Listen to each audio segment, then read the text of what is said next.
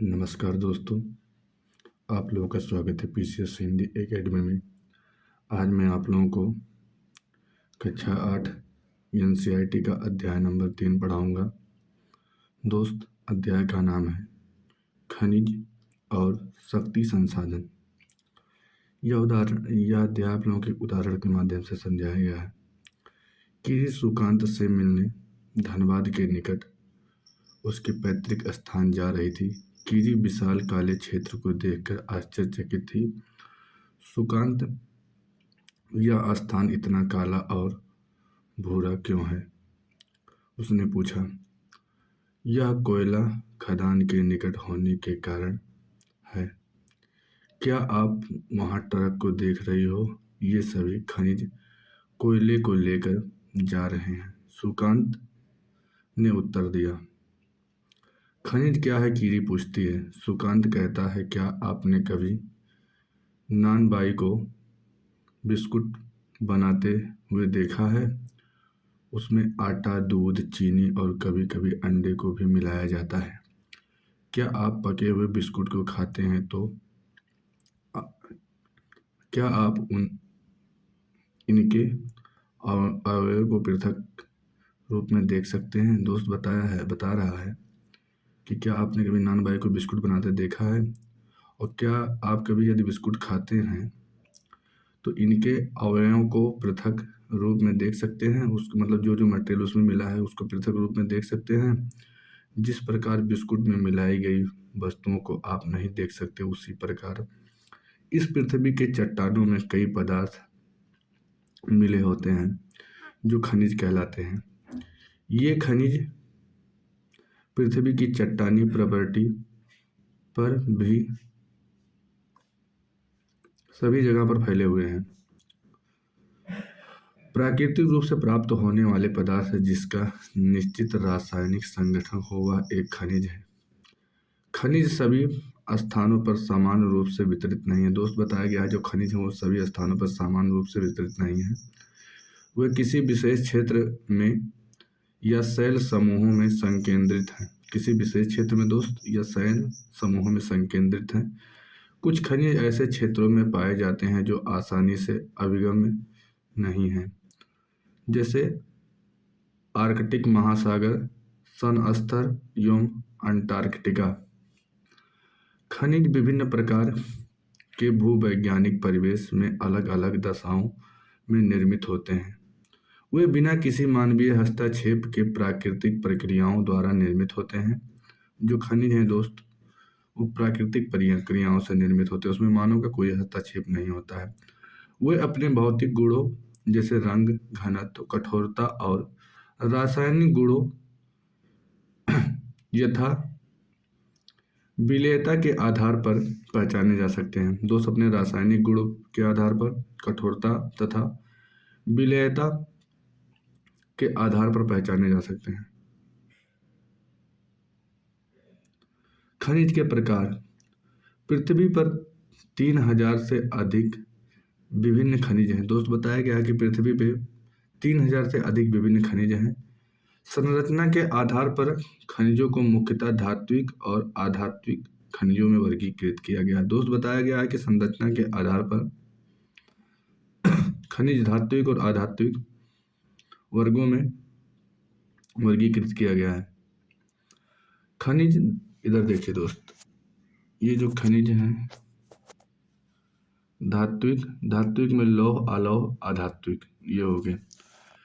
धात्विक खनिज में धातु कच्चे रूप में होते हैं। धातुएं कठोर पदार्थ हैं। जो धातुएं हैं दोस्तों कठोर पदार्थ हैं जो ऊष्मा और विद्युत को सुचालित करती हैं। ये ऊष्मा और विद्युत को सुचालित करती हैं और जिसमें द्युतीय चमक की विशेषता होती है। लौह अयस्क, बॉक्साइड, मैग्नीज, अयस्क इनके कुछ उदाहरण हैं। धात्विक खनिज लौह अथवा अलौह हो सकते हैं। जो धात्विक खनिज हैं मेरे दोस्त, वो लौह और अलौह दोनों हो सकते हैं। लौह खनिज जैसे लौह अयस्क, मैग्नीज और क्रोमाइट में लोहा होता है। अलौह खनिज में लोहा नहीं होता है, किंतु कुछ अन्य धातु सोना, चांदी, तांबा या सीसा हो सकती है। दोस्त बताया गया है जो लौह धातु होती है उसमें लोहा होता है, जो अलौह धातु होती है उसमें लोहा नहीं होता। सोना, चांदी, तांबा, सीसा आदि हो सकता है।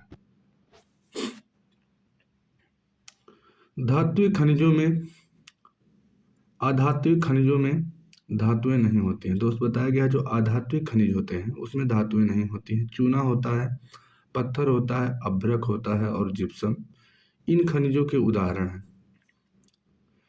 खनिज ईंधन जैसे कोयला और पेट्रोलियम भी अत्यधिक अधात्विक खनिज हैं। दोस्त बताया गया है जैसे कोयला और पेट्रोलियम ये भी अधात्विक खनिज हैं।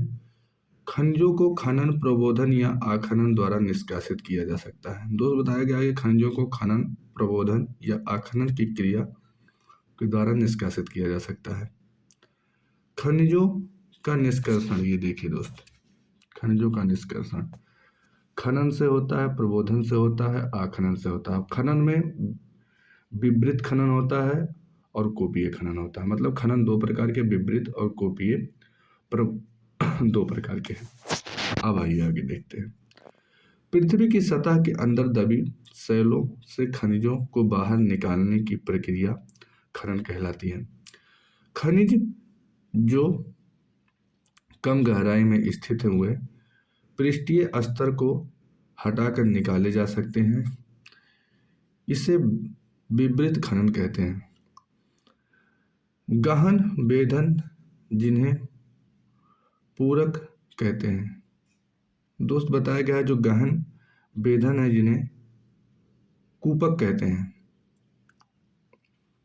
अधिक गहराई में स्थित खनिज निक्षेपों तक पहुंचने के लिए बनाए जाते हैं, इसे कूपकी खनन कहते हैं। पेट्रोलियम और प्राकृतिक गैस धरातल के बहुत नीचे पाए जाते हैं, जिन्हें बाहर निकालने के लिए गहन कूपों की खुदाई की जाती है, इसे प्रबोधन कहते हैं। सतह के निकट स्थित खनिजों को जिस प्रक्रिया द्वारा आसानी से खोदकर निकाला जाता है उसे आखनन कहते हैं। खनिजों का वितरण। खनिज विभिन्न प्रकार की शैलों में पाए जाते हैं।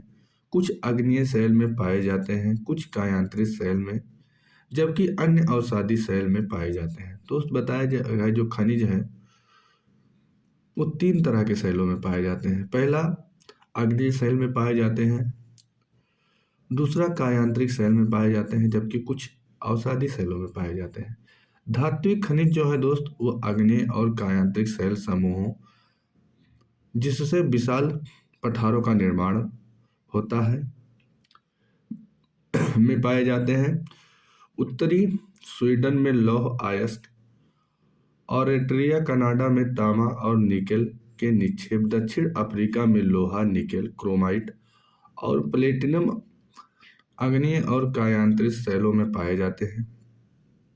पाए जाने वाले खनिजों के उदाहरण हैं मैदानों और नवीन वलित पर्वतों में अवसादी शैल समूहों में अधात्विक खनिजों जैसे चूना, पत्थर पाए जाते हैं। दोस्त बताया गया कि नवीन वलित जो पर्वत है वहाँ अवसादी शैल समूहों में अधात्विक खनिज पाए जाते हैं।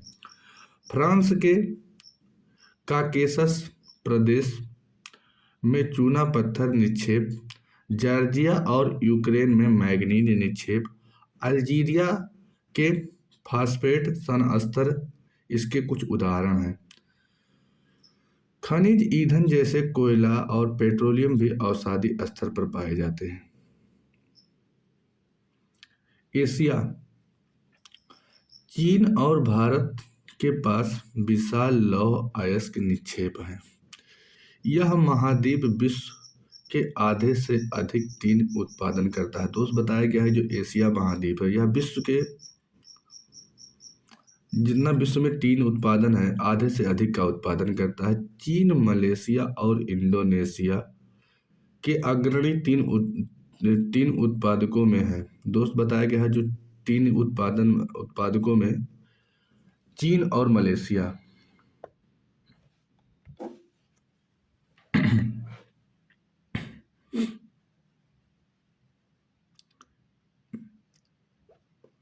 चीन सीसा, एंटीमनी और टंगस्टन के उत्पादन में भी अग्रणी है। एशिया में मैग्नीज, बॉक्साइट, निकेल, जस्ता और तांबा के निक्षेप भी हैं। दोस्तों बताया गया है कि एशिया जो महाद्वीप है यहाँ पे मैग्नीज, बॉक्साइट, निकेल और जस्ता और तांबा के निक्षेप हैं। अब आप आइए यूरोप के बारे में। यूरोप में लौह अयस्क का अग्रणी उत्पादक है।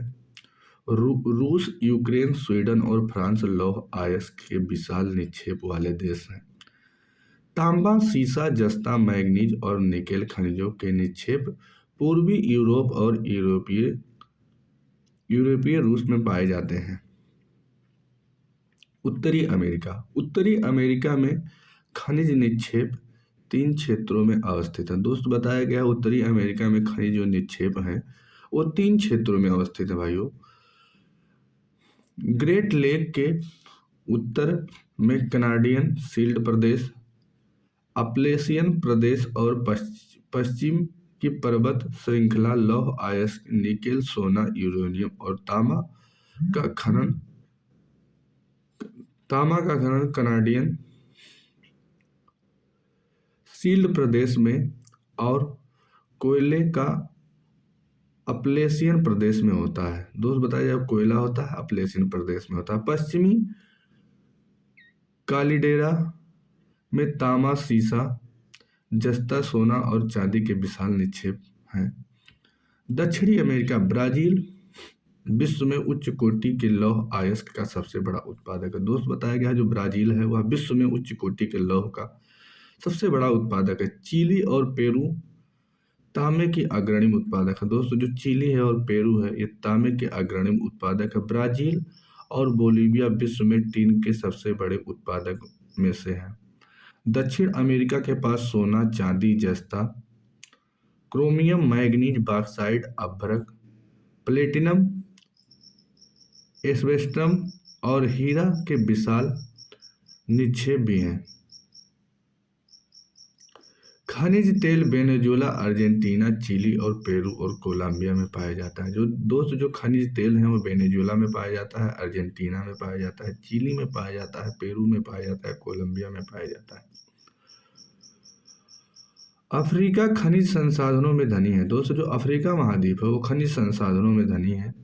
यह हीरा, सोना और प्लेटिनम का विश्व में सबसे बड़ा उत्पादक है। दोस्तों जो हमारा अफ्रीका महाद्वीप है यह सोना, हीरा और प्लेटिनम विश्व में सबसे बड़ा उत्पादक है। दक्षिणी अफ्रीका, जिम्बाब्वे और जायरे विश्व के सोना का एक बड़ा भाग उत्पादित करते हैं। दोस्त जो दक्षिणी अफ्रीका में जिम्बाब्वे और जायरे हैं यह विश्व में सोना उत्पादक का एक बड़ा भाग उत्पादित करते हैं। तांबा, लौह अयस्क, क्रोमियम, यूरेनियम, कोबाल्ट और बॉक्साइट दक्षिण अफ्रीका में पाए जाने वाले अन्य खनिज हैं। दोस्त बताया गया दक्षिण अफ्रीका में जो और अन्य खनिज हैं तांबा है, लौह अयस्क है, क्रोमियम है, यूरेनियम है, कोबाल्ट और बॉक्साइट दक्षिण अफ्रीका में पाए जाने वाले अन्य खनिज हैं। तेल नाइजीरिया, लीबिया और अंगोला में पाए जाते हैं। दोस्त बताया जाए तेल है जो नाइजीरिया में पाया जाता है, लीबिया में पाया जाता है, अंगोला में पाया जाता है। ऑस्ट्रेलिया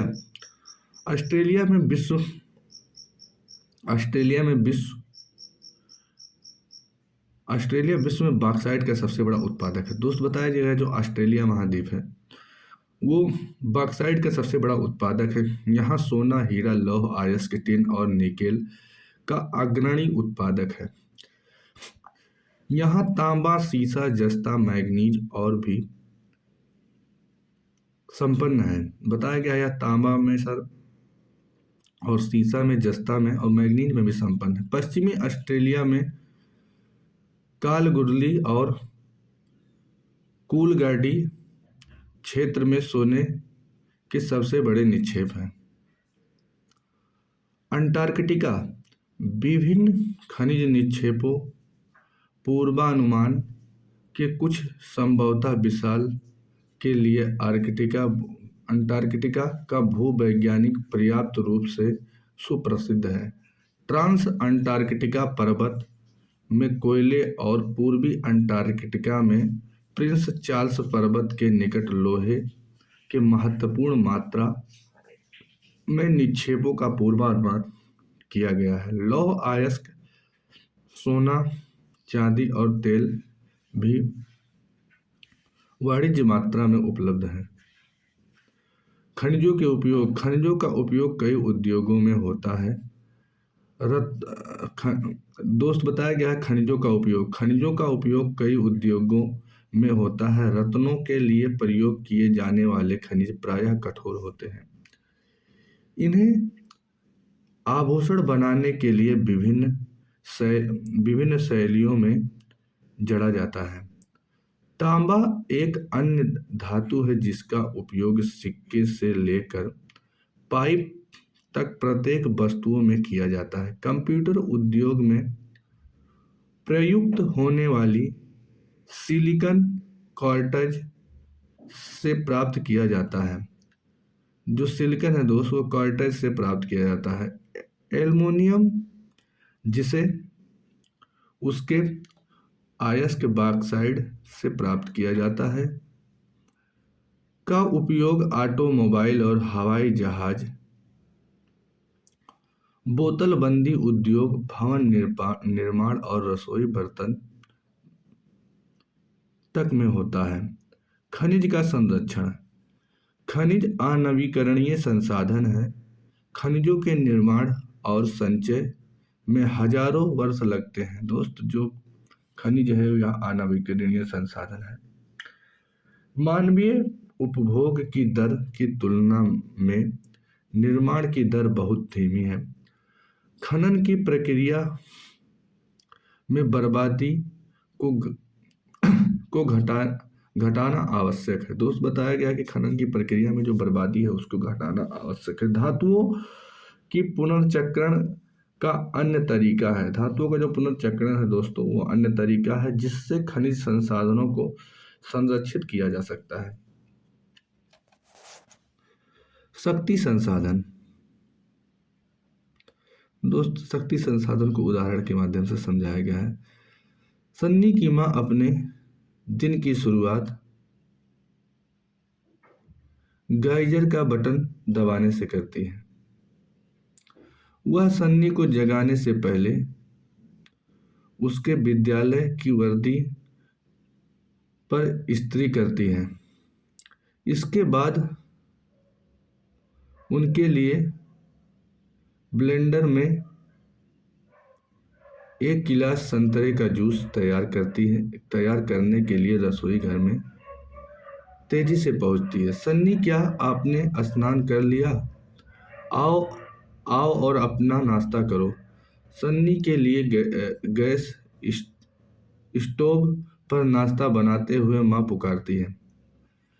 विद्यालय जाते समय सन्नी बत्तियों और पंखों के बटन बंद करना भूल जाता है। माँ उस बटन को बंद करते समय सोचती है कि शहरों में जीवन आरामदायक प्रतीत होता है, लेकिन विद्युत उपकरणों गजट जो सभी बिजली की खपत करते हैं पर अधिक से अधिक निर्भरता मांग और पूर्ति के बीच विशाल अंतर पैदा करती है।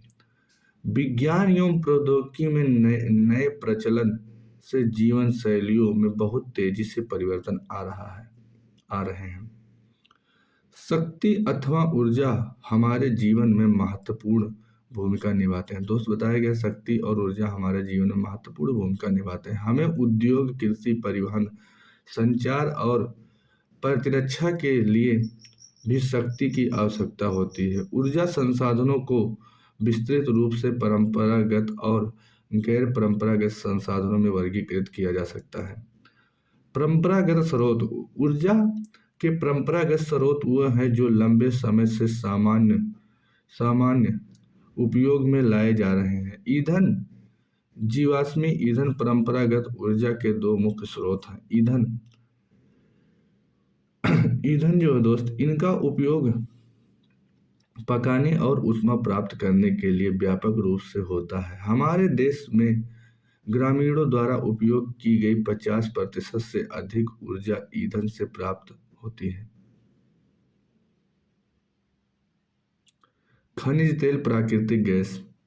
लाभ: आसानी से परिवहनीय, पेट एक मिनट दोस्तों, पेट्रो रसायन उद्योग का आधार। हानि जो है, तेल आदि प्लावनियम गैस रिसाव के कारण ऑक्सीजन का अवक्षय, निर्मुक्त प्रदूषण के कारण अम्ल वर्षा, नई ईंधन का अन्वेषण आसानी से नहीं। लाभ: आसानी से परिवहनीय, पाइपलाइन, तेल और कोयला अत्यधिक स्वच्छ तेल से सस्ता। ऊर्जा के परंपरागत स्रोत दोस्त, ईंधन और कोयला। लाभ यह है, सुपर्याय बहुसंख्यक लोगों को ऊर्जा प्रदान करता है। हानि है, संग्रहण में अत्यधिक समय का उपयोग, प्रदूषण फैलाने वाला। हरित गृह प्रभाव में वृद्धि करता है। निम्नीकरण। कोयला के लाभ क्या है दोस्त? विस्तृत रूप से उपलब्ध है, विद्युत रूपांतरण के लिए उपयुक्त है। इसके हानि क्या है? प्रदूषण का स्रोत है, परिवहन के लिए भारी। जल विद्युत।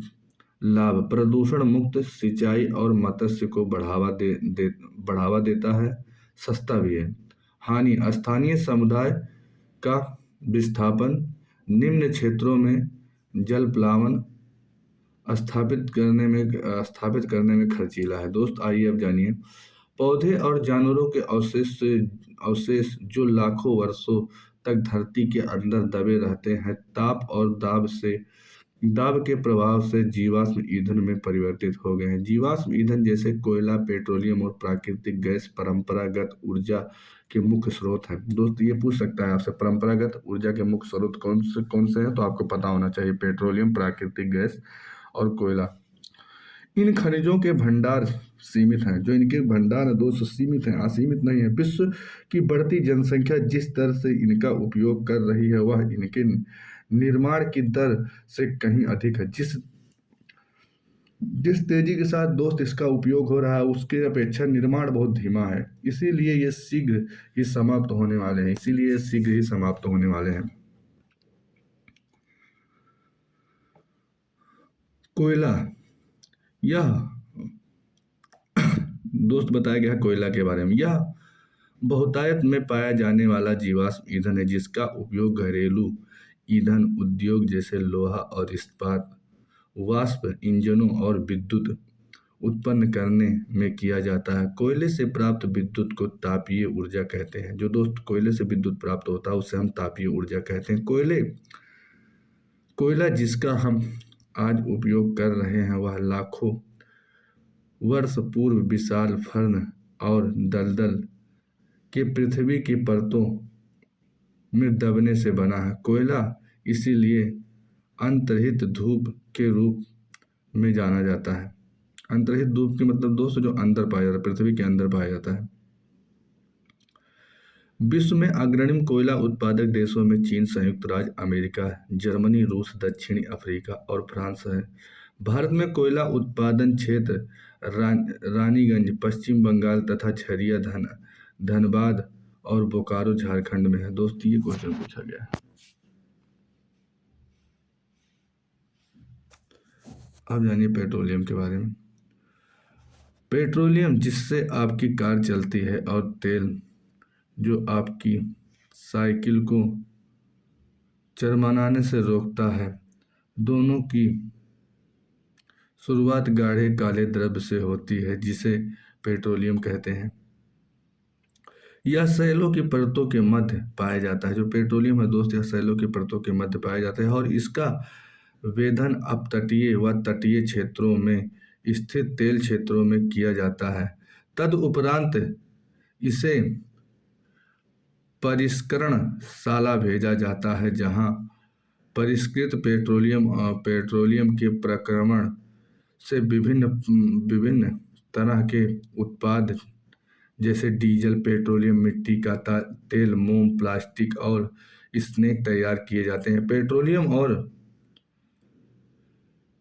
इससे बने उत्पादों को काला सोना कहा जाता है। जो पेट्रोलियम है और उससे बने उत्पादों को काला सोना कहा जाता है, क्योंकि ये बहुत अधिक मूल्यवान होते हैं। पेट्रोलियम के मुख्य उत्पादक देश ईरान, इराक, सऊदी अरब और कतर हैं। अन्य प्रमुख उत्पादक संयुक्त राज्य अमेरिका, रूस, वेनेजुएला और अल्जीरिया हैं। भारत में मुख्य उत्पादक क्षेत्र असम, डिगबोई, मुंबई, बॉम्बे हाई तथा कृष्णा और गोदावरी नदी डेल्टा में है। ये नोट करने वाली चीज़ है, इसको आप लोग ध्यान दीजिए। प्राकृतिक गैस। प्राकृतिक गैस पेट्रोलियम निक्षेपों के साथ पाई जाती है और तब निर्मुक्त होती है जब अपरिष्कृत तेल को धरातल पर लाया जाता है। इसका प्रयोग घरेलू और वाणिज्यिक ईंधनों के रूप में किया जा सकता है। रूस, नॉर्वे, यूके और नीदरलैंड प्राकृतिक गैस के प्रमुख उत्पादक हैं। भारत में जैसलमेर, कृष्णा, गोदावरी डेल्टा, त्रिपुरा और मुंबई के कुछ अपतटीय क्षेत्रों में प्राकृतिक गैस संसाधन है। विश्व के बहुत कम देशों के पास प्राकृतिक गैस के अपने पर्याप्त भंडार हैं।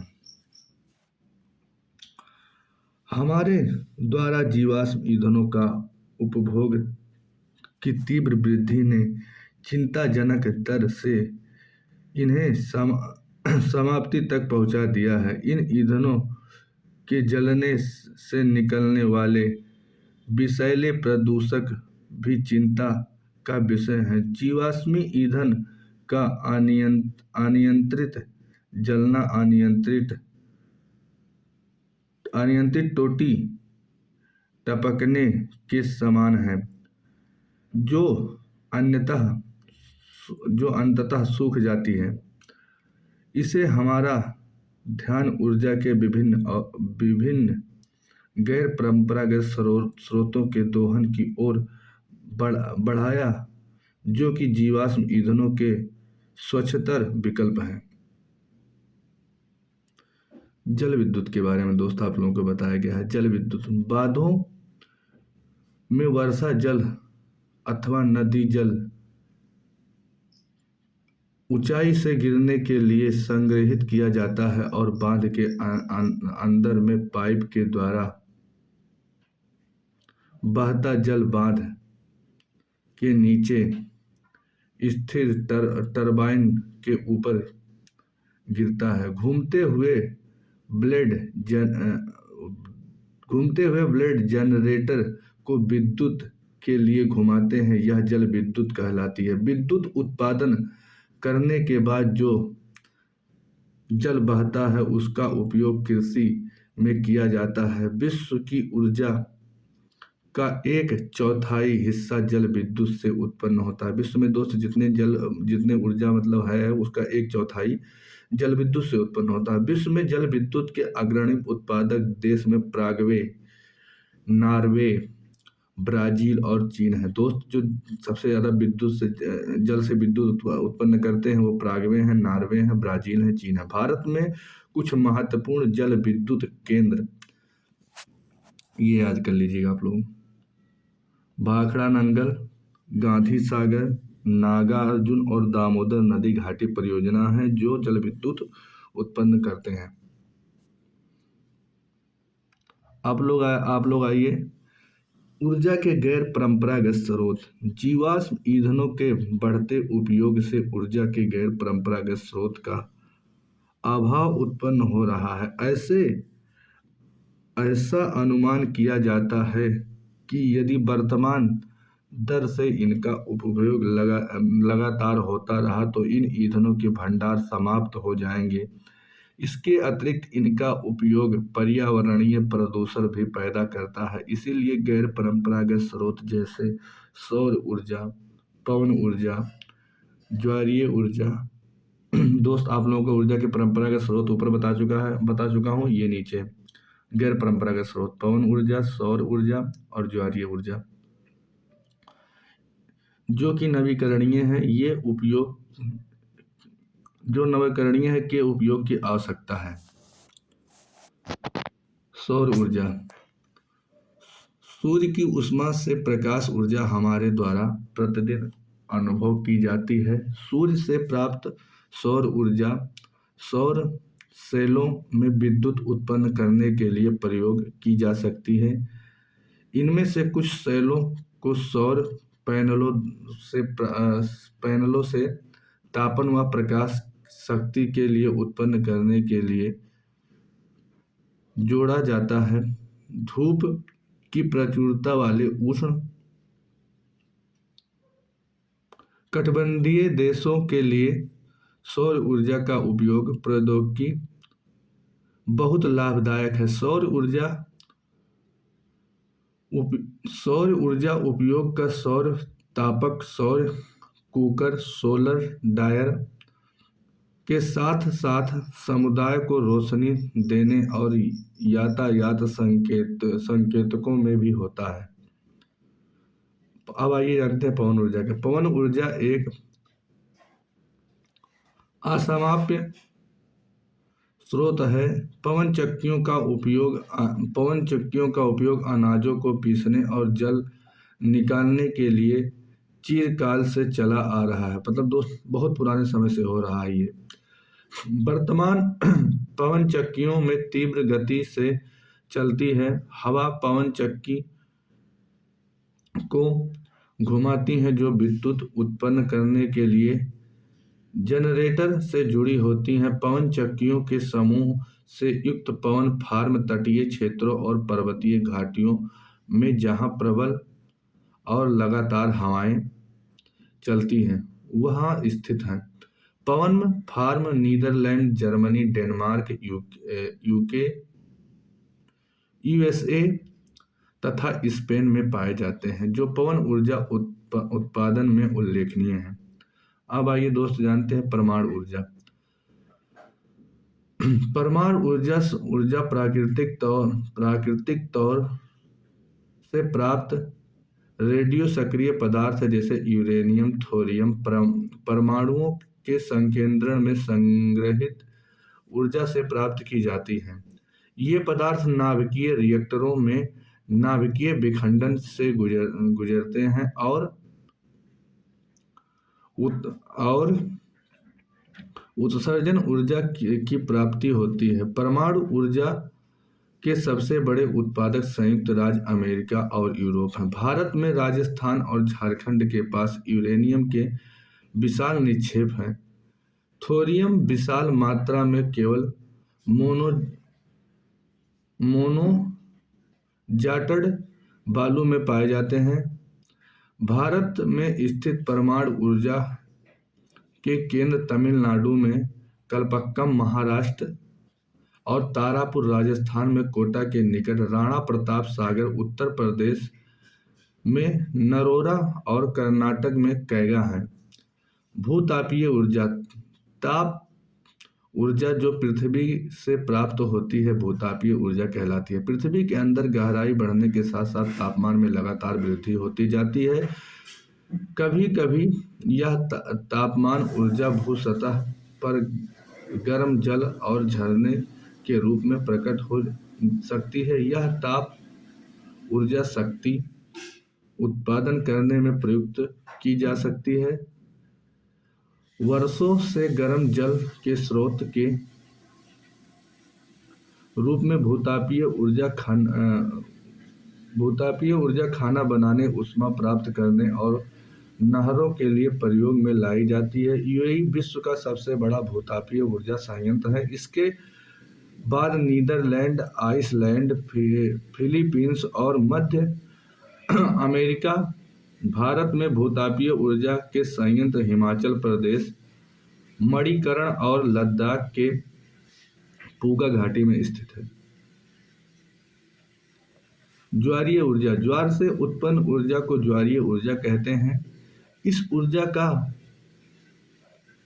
विदोहन समुद्र के सकरे मुहाने में बांध के निर्माण से किया जाता है।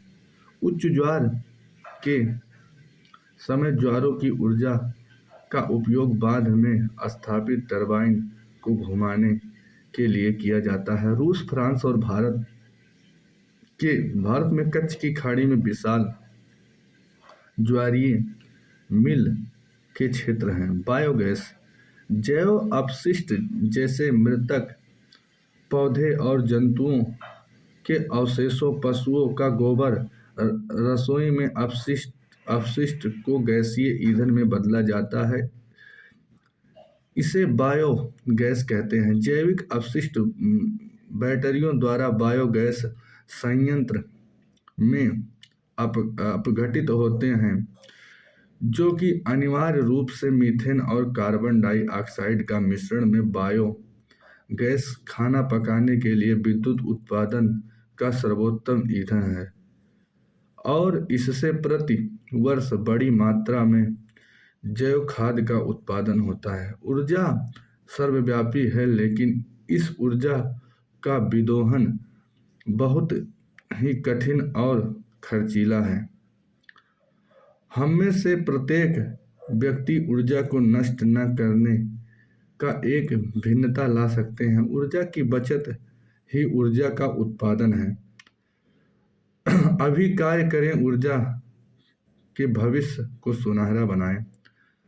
दोस्तों, ये तो अध्याय यहीं पे समाप्त होता है। मुझे उम्मीद है कि यह अध्याय आप लोगों को अच्छे से समझ में आया होगा। यदि अच्छे से समझ में आया तो प्लीज़ मेरे दोस्तों सपोर्ट करो, फॉलो करो, लाइक करो और इस वीडियो का लिंक अपने उन दोस्तों के पास शेयर करो जो अभी एनसीईआरटी पढ़ना शुरू कर रहे हैं या एनसीईआरटी पढ़ने के लिए सोच रहे हैं।